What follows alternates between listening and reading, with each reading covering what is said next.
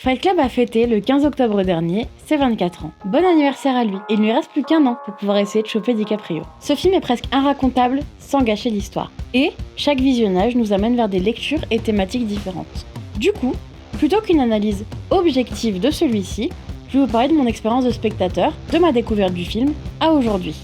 C'est parti ? Fight Club est un film sorti en 1999, réalisé par David Fincher et adapté du roman éponyme de Chuck Palahniuk. Il a changé la vie d'un milliard de gens, mais surtout la mienne. Je vais tenter de vous le raconter en quelques mots. Le narrateur, joué par Edward Norton, ne dort pas, et son quotidien n'a pas vraiment d'intérêt. Jusqu'à ce qu'il rencontre le flamboyant Tyler Durden, joué par Brad Pitt. Ensemble, ils vont fabriquer du savon.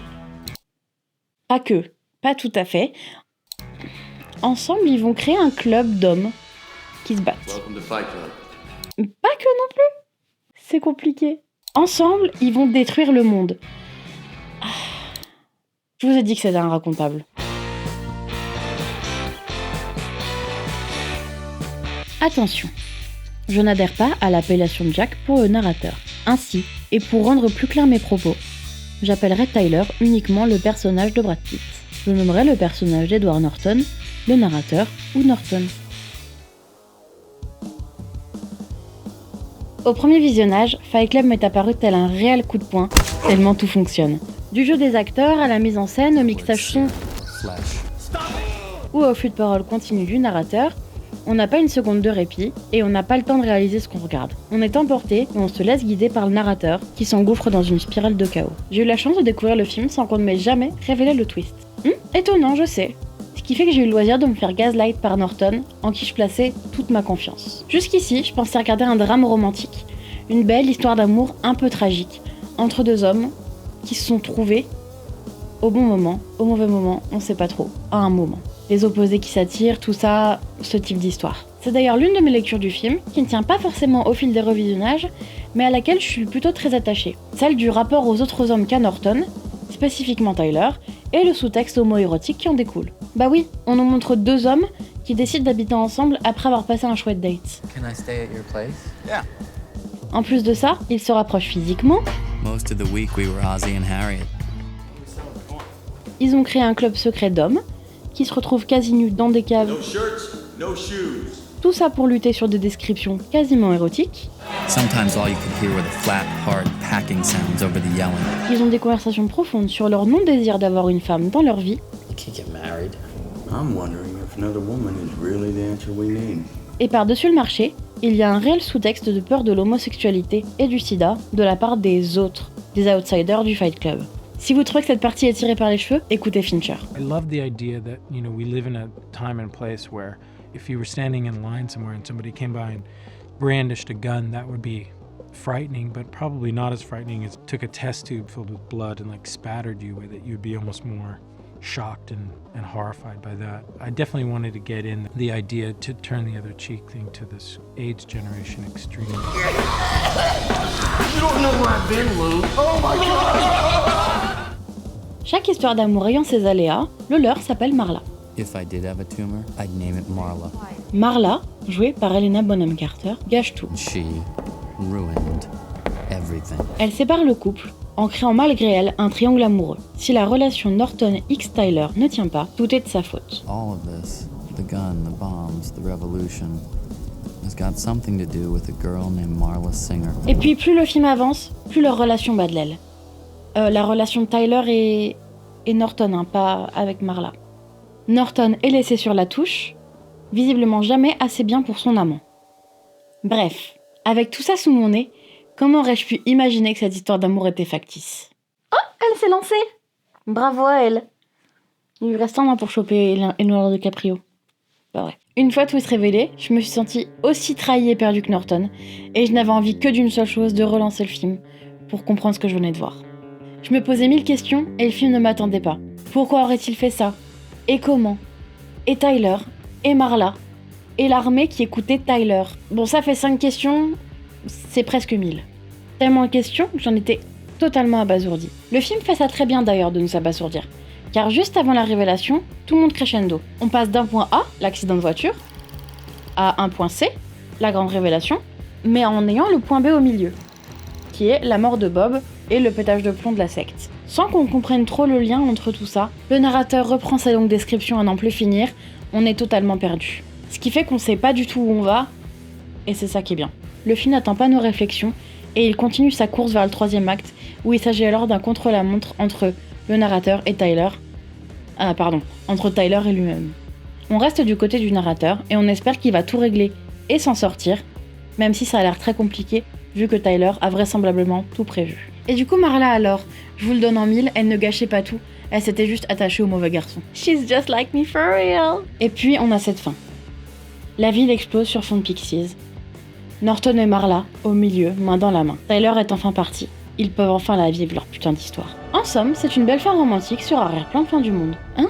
Mais non, pas ce film. Go, Jack. Bah, celui-là non plus. Non, Fight Club. Oui, Fight Club, c'est une comédie romantique. Finalement, donc, on la retrouve, cette lecture de beau drame romantique. Juste, les protagonistes ont un peu changé. C'est beau, hein?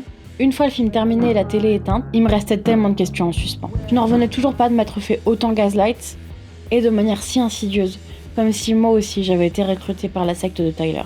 Mais d'ailleurs...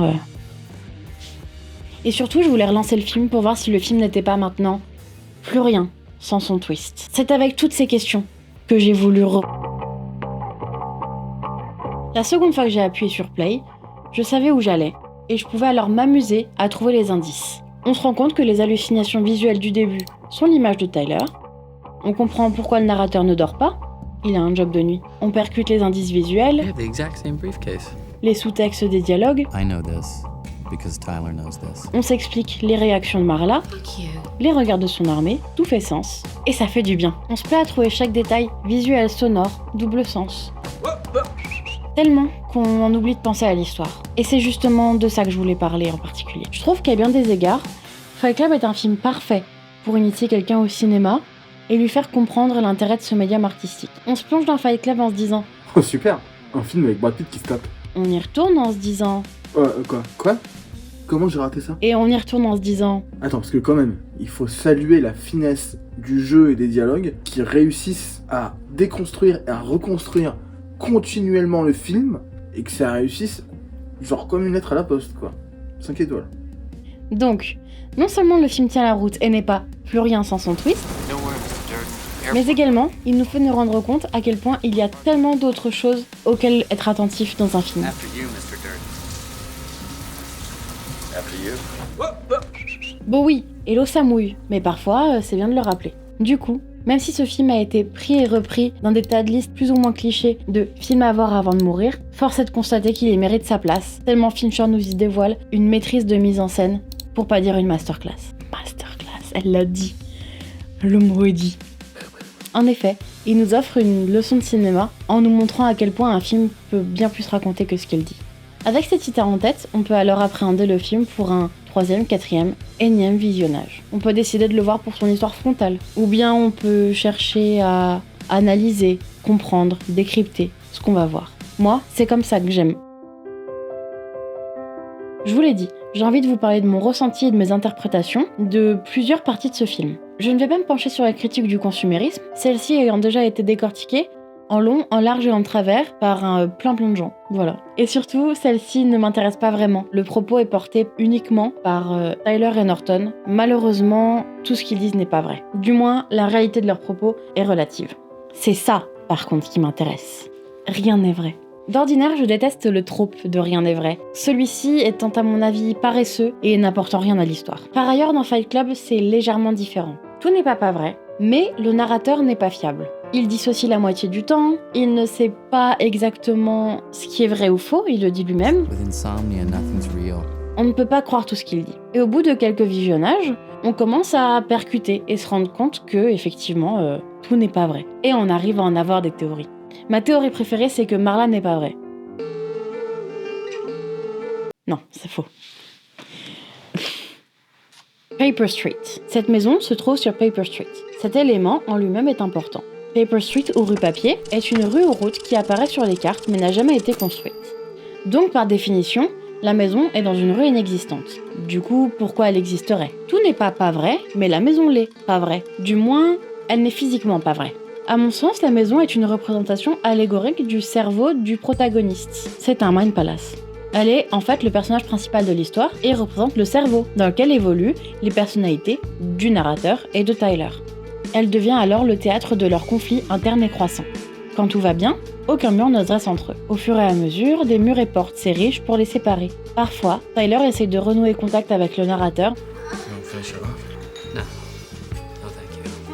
mais sans succès. À force de désaccords, la maison tombe de plus en plus en ruine. Elle tombe en ruine et le narrateur s'isole dedans. Il demande du télétravail à temps plein, il repousse Marla, qui tente le dialogue. Il se renferme sur lui-même, et plus il se renfrogne, plus Tyler s'éloigne de lui. Tyler donne de plus en plus d'importance au reste, laissant un Norton sur le bas-côté et se fondant dans le décor. Tout lui échappe, il n'est plus qu'une ombre, et on lui retire tout le crédit de son existence. La seule chose qui permettra au narrateur de garder la tête hors de l'eau, sans même qu'il s'en rende compte, est son ami Bob. L'importance qu'a Bob vis-à-vis du narrateur est bien plus grande qu'un homme avec des gros nichons. Il n'est pas qu'un gros qui sert de comic relief, il est un véritable pilier, le pilier en fait du narrateur. La première fois qu'on le rencontre, il est un sujet de moquerie. Mais une fois la scène d'exposition faite, on apprend qu'il a réussi à sortir Norton de son cycle d'insomnie, qui était la source de tous ces maux. Enfin, qu'il croyait. Suite à ça, chaque apparition de Bob, même furtive et paraissant futile, a son importance quant à comment le narrateur se comporte en sa compagnie. Bob est exempté de la 6ème règle du Fight Club. No shirts, no shoes. Et a le droit de se battre en t-shirt. Alors je vous l'accorde, il y a un côté pratique vis-à-vis des prothèses mammaires de Bob. Mais les producteurs ayant accepté d'allonger 700 000 $ juste pour décaler la sortie de quelques mois, si ça avait été demandé, ils auraient payé de meilleures prothèses. À mon sens, Bob est le point faible ultime de Norton, et celui-ci lui offre des passe-droits pour lui et seulement lui. Enfin, le moment charnière est surtout, et malheureusement, le décès de Bob. Il sort Norton totalement de sa torpeur, qui va péter un plomb et envoyer balader tous ses sbires. C'est cette mort qui sera le déclencheur du 3e acte du film, la course-poursuite entre Norton et Tyler. Au fil du film, on se rend compte qu'en fait Bob l'aura sauvé plusieurs fois. Au début, il a sauvé son sommeil, à la fin, il a sauvé sa vie. Pour conclure, que peut-on dire de ce film ? Et qu'est-ce qu'on ne peut pas en dire ? J'ai commencé la vidéo en disant qu'il était inracontable. C'est vrai, mais on va pas finir là-dessus. Si j'ai décidé de vous parler de ce film aujourd'hui, c'est pour lui faire une déclaration d'amour. Il est inracontable car son histoire n'est rien comparé à tout ce qu'il nous montre. Je lui ai fait une déclaration d'amour, tout comme lui fait une déclaration d'amour au cinéma. Run, Forrest, run! La beauté des grandes œuvres est d'apparaître simple pour ensuite se complexifier plus on s'y penche. C'est exactement ce qui se passe du coup avec Fight Club, où on peut choisir à chaque revisionnage de se pencher sur tel ou tel angle de lecture, ou alors d'avoir des nouvelles théories. Marla n'existe pas, Bob n'existe pas, Tyler existe. David Fincher nous a servi sur un plateau d'argent le plus bel exercice de cinéma qui soit, et je vous invite à vous y replonger aussi souvent que nécessaire. Putain, on a fini. On y est depuis 2 heures. Il est minuit 28. Merci pour les retours sur Paddington. On a kiffé faire la vidéo Paddington. On a kiffé faire celle-ci. On va kiffer faire celle d'après. Abonnez-vous. Mettez des pouces. Si vous êtes jusque-là, donnez-moi en commentaire la pire théorie que vous avez vue sur Fight Club. Au premier visionnage, Fight Club m'est apparu tel un réel coup de poing. On peut l'avoir là si tu veux. Franchement, elle peut rester dans la prise.